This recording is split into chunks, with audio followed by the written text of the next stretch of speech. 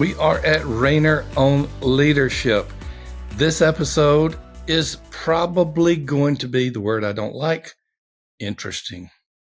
What happens? Interesting is a vague and oblique word which allows the listener or the reader to insert their own meaning. And that's why when somebody says something that you think is one of the stupidest things in the world, you say, that's interesting. And you're covered. You're absolutely covered. We're going to talk about is it the intellectual version of bless your heart? Yeah, it really is. It's the intellectual version of the Southern cliche, well, bless your heart, particularly a Southern Baptist cliche. Yeah. Yeah. Well, you're an idiot. So, that's interesting. Well, that's interesting. Let's carry on. I can tell what you mean. There's no underlying meaning there. What happens when a church exhausts itself on fighting? It's a fascinating topic, and we'll be looking at that and talking about that. And I got to let you know, Sam, we've been recording a number of episodes, and this is the last one. I want you to note that I have not mentioned. This is not the last one forever. This is the last one for us today. Good clarification.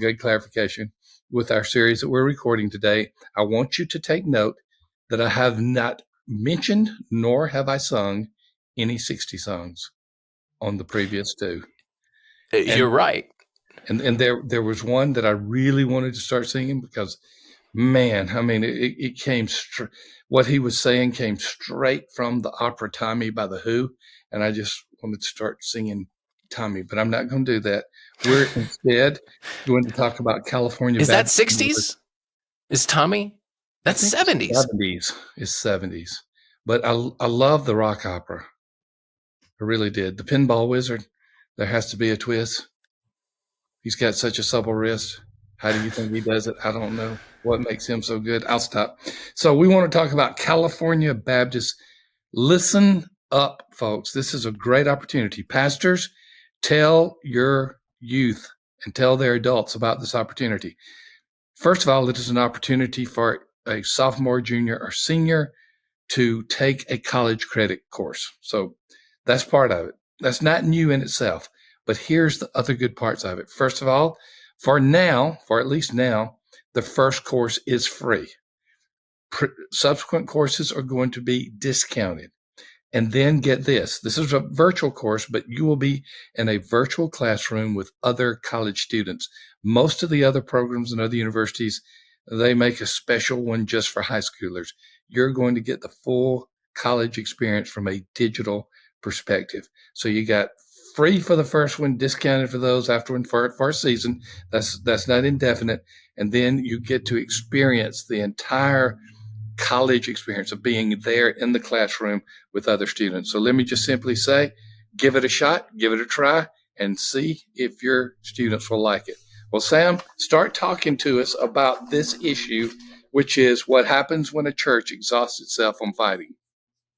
Yeah, some churches have the uncanny ability to prolong infighting for decades. I inherited one of these churches, my first full-time church. It had been through 4 splits before I got there.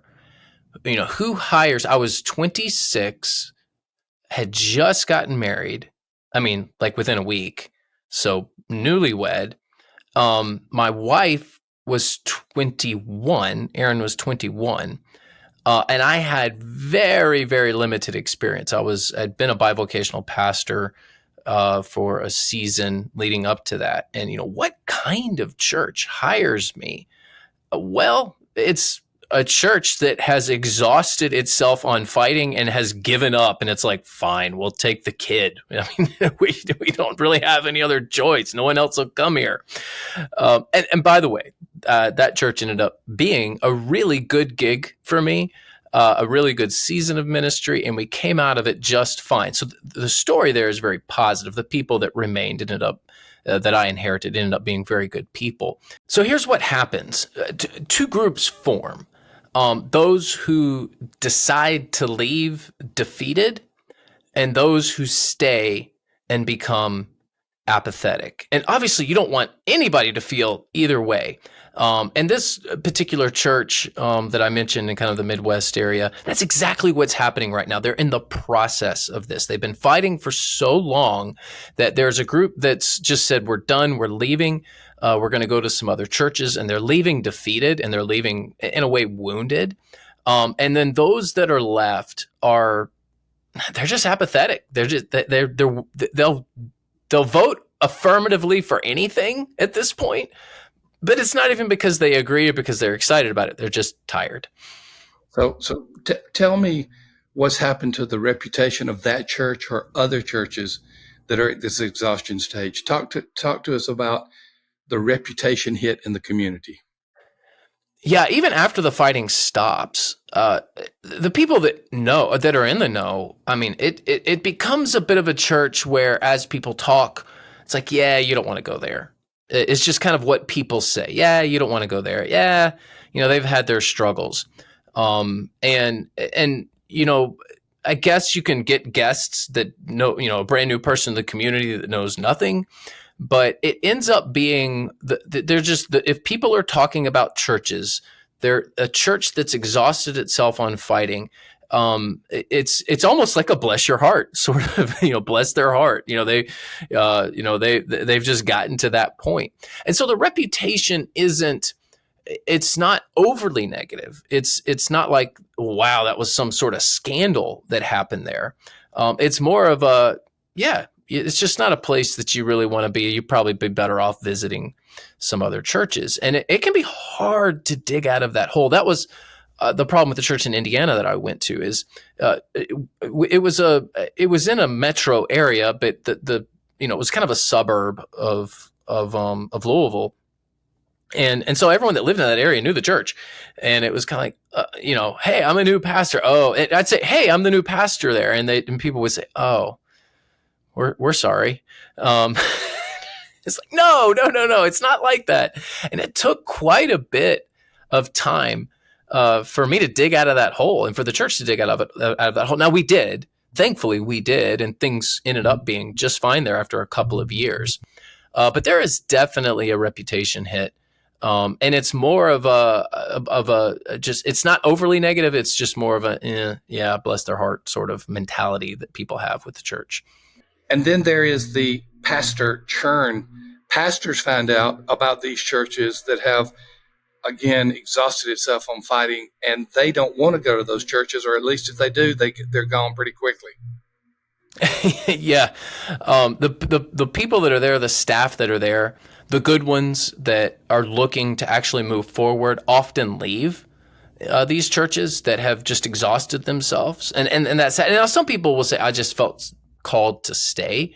And God can do that. But generally what happens is people just, the members leave defeated.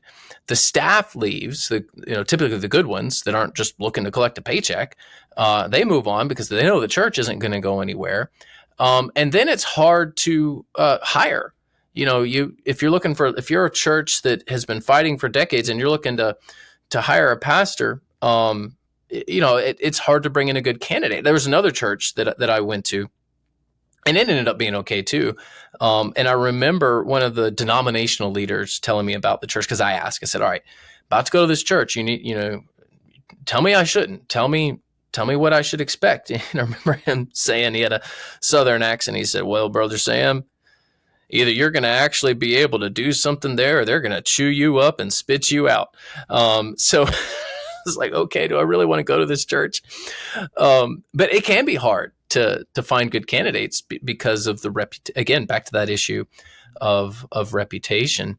And it can be hard to find volunteers. So people will they'll vote affirmatively. They'll say yes. They'll okay, all right, fine, we can do that. But then you try to go get the volunteers to actually do the thing that you want to do, and everyone's so tired that they'll give you permission to do something, but then no one will help you, and you can feel like an island. So if you're a pastor in this situation, it can be very difficult. Well, let's look at this scenario. A pastor comes in. Let's say he's talking to his search committee. Let's say it's a congregational government, and there's a search committee there. The search committee is typically going to say, "We're ready for change." Most search committees do. They want something different than the pastor that just left, so they're there for change. And the pastor can maybe get tacit approval for change, at least maybe lip service for change, but change does not happen because the people are saying it's okay, but too few people do what is actually requested. Yeah, boy, we've seen this time and time again. And it can be very frustrating for pastors and church leaders in this scenario. But you have to understand why people feel the way they do. And a lot of times, let me just be upfront. A lot of times these are good people. In the cases of, the churches that I inherited as, basically a kid that had been fighting. Um, there were good people there. They were just really tired. They were exhausted. Yeah, they'll say, we want change. Please, we need to get out of this hole. We need to move forward. I'm just not the one to help you. I'll give you permission. I'm just not the one to do the work. And that can be a difficult spot. And so um, so how do you get out of this? And Dad, we've done some training on this for Is this the churches. famous MHAG coming up? It is. Now, The okay, so MHAG is really good. I know you're going to change the acronym, but we've had a lot of success with MHAG. well, okay, why don't you describe, now that we've said MHAG and it's an acronym, what is that? Well, it stands for Middle Holy Audacious Goal. Middle means it is neither short term nor long term, usually about 6 months total. Holy means you're depending upon God. So instead of using BHAG, where the H is a Harry, you use holy, where the H is holy. And the BHAG was Jim Collins in the book Good to Great. Good to Great. So we've taken a business principle and sanctified it. And then the rest is like Collins' audacious goal. What can we do in 6 months that will give the church a sense that we can do this? So one of the best MHAGs I know that is out there is do the Hope Initiative for 30 days and then look at the impact after that. That's not the full 6 months, but it's up to 6 months, and then you take a break. It's not a long term, but you're giving them these bursts. And that's what I love about the Hope Initiative, is because it's not just a 30-day burst. It's a 30-day plan, but then there's action that begins to take place after that.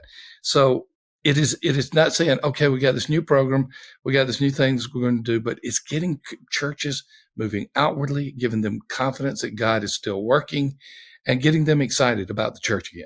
So, you called it 6-month increment, renewed outward focus. I call it MHAG, but it's moving forward in short-term bursts.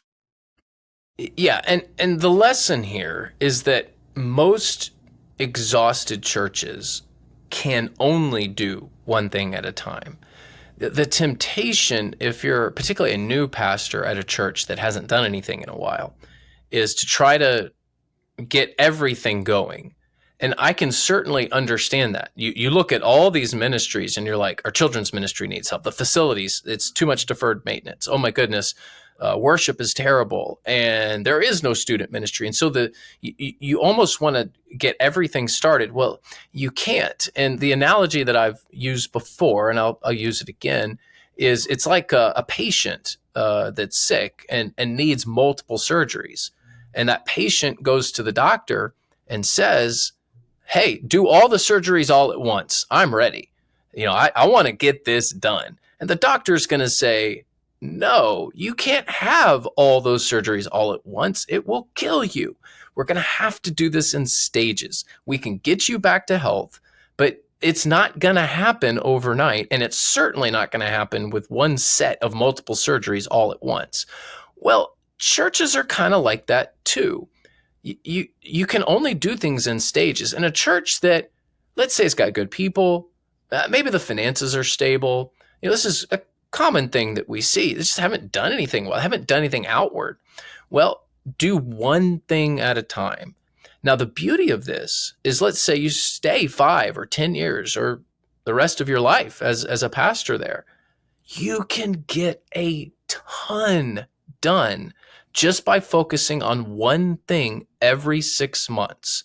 So that one thing may be the Hope Initiative, which is what we have as a new resource at Church Answers. It could be, hey, we're really gonna focus on worship ministry for this 6 months, and then we're gonna do children's ministry, and then we're gonna do Our student ministry. our new members classes, and I'm throwing resources out there, but we have that resource too, a complete kit for doing a new members class.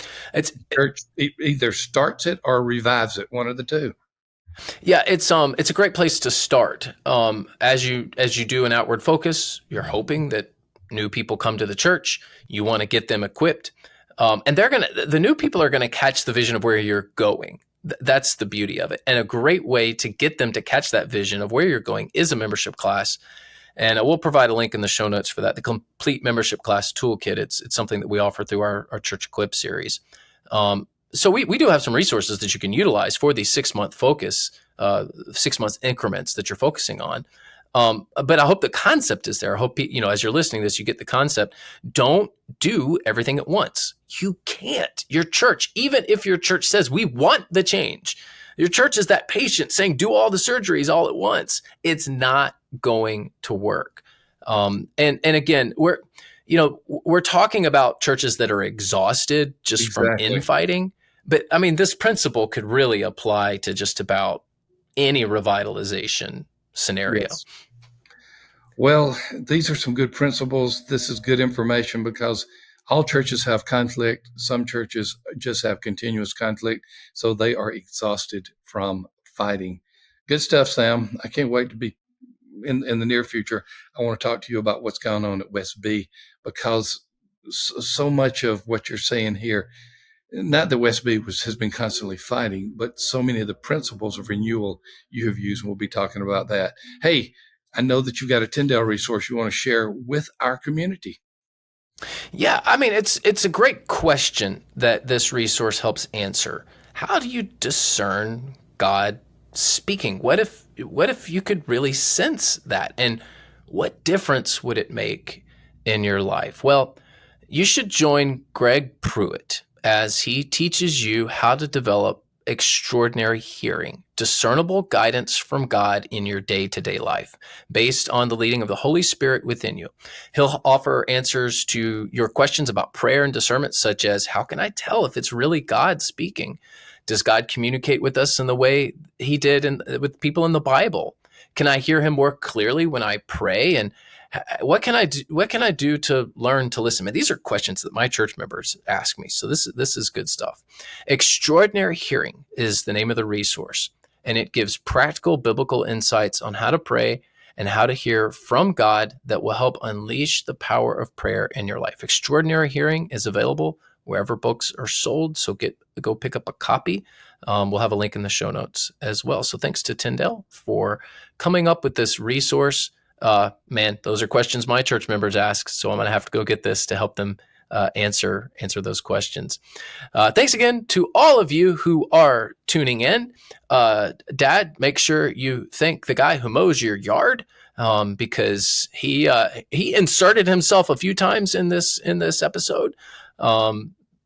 Jason is always around. Jason has no idea that he's on a podcast right now. All right, I take full responsibility. I have a tag that I put on my front door when I'm recording. I forgot to put it on there. He always goes to the front door and looks to see if I'm recording. This is Tom's fault, not Jason's fault. Well, Jason, if you're listening, we love you, bro. And you do a phenomenal job on the yard. So kudos to him. Thanks to Jason. And thanks to our editors for editing out all of the lawnmower noise. If you are watching on YouTube, hey, good to see you guys. If you're listening on your favorite podcasting app, we appreciate you. Give us a thumbs up for the YouTube algorithms. Give us a rate, review, and subscribe. If you are tuning in via your favorite podcasting app. We've got a really good episode coming up next week, so we will see you then. Hey, folks, this is a PS to our podcast. We got some exciting stuff that we want to offer you absolutely for free.